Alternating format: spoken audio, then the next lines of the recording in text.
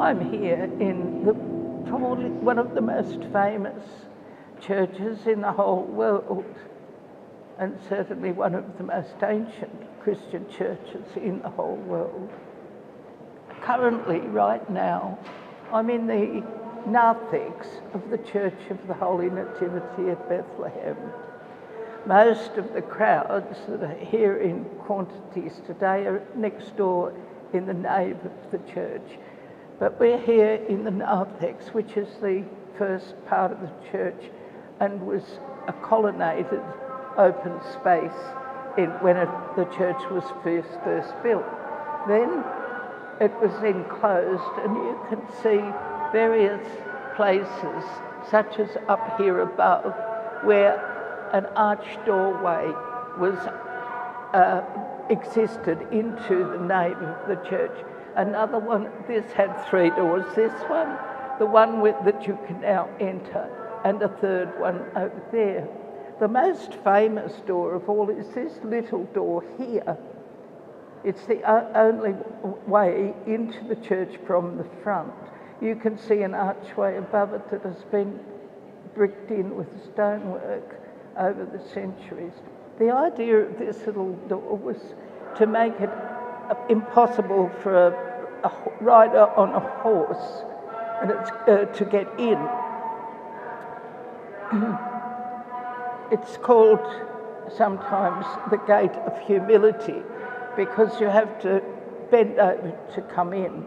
Now, this church was discovered, or the empty site was discovered by the Augusta Helena, or Saint Helena, as she's sometimes called, who was the very devout mother of Constantine and greatly influenced Constantine the Great towards Christianity, so that he eventually, on his deathbed, was baptized as a Christian.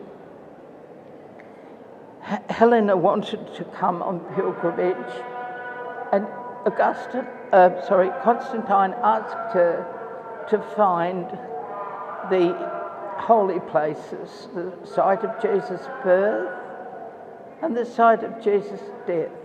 And so she made inquiries over a 2-year period and identified this very site here and the cave of the Nativity, which is down below this church, and also the site of the Holy Sepulchre in Jerusalem.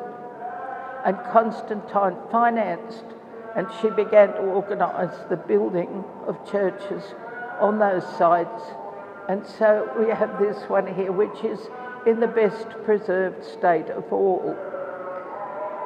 The Persians came, and because they found a mosaic of the 3 magi with Persian clothing, they preserved the church and didn't destroy it as they did other holy places of the Christians. And so it has remained relatively intact, while all the other holy places have been more or less destroyed over the centuries. Of particular note, from the church that she organised to be built, is the mosaic floor. Now, they put a timber floor above it to protect it, probably decades ago, but there are trapdoors in that floor so that you can peer down and see some of her mosaics. Whether she had any part in designing the mosaics, I can't say, but she certainly supervised and organised and paid for with her son Constantine's imperial money. Now, another item that is very original are the columns that are there. They're a combination of columns, and the number of columns has been increased in more recent centuries. And also many of them have been painted with pictures of the various saints, male and female saints, and that painting was done in the Crusades and isn't original, although the columns are. Now, the floor plan and the layout of the church is much the same as it originally was. If you can imagine this as an open air narthex,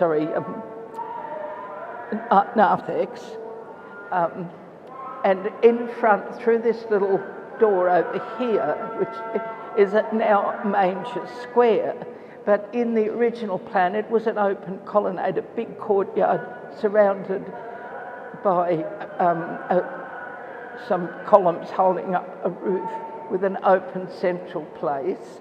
And over in this direction, at the end of the nave, there's a staircase going down, and the altar is built above the cave of the birth of Jesus, called the nave of the Nativity. And it is marked by a marble star with gold decorations and a hole in the middle, and underneath is a rock which is highly venerated by most of the traditional Christians. But certainly the site is our oldest, and the church is relatively intact, and this church is known all over the world as the Church of the Holy Nativity of Jesus. We know of the little town of Bethlehem that's right around us. It's not a little town anymore, it's quite a city.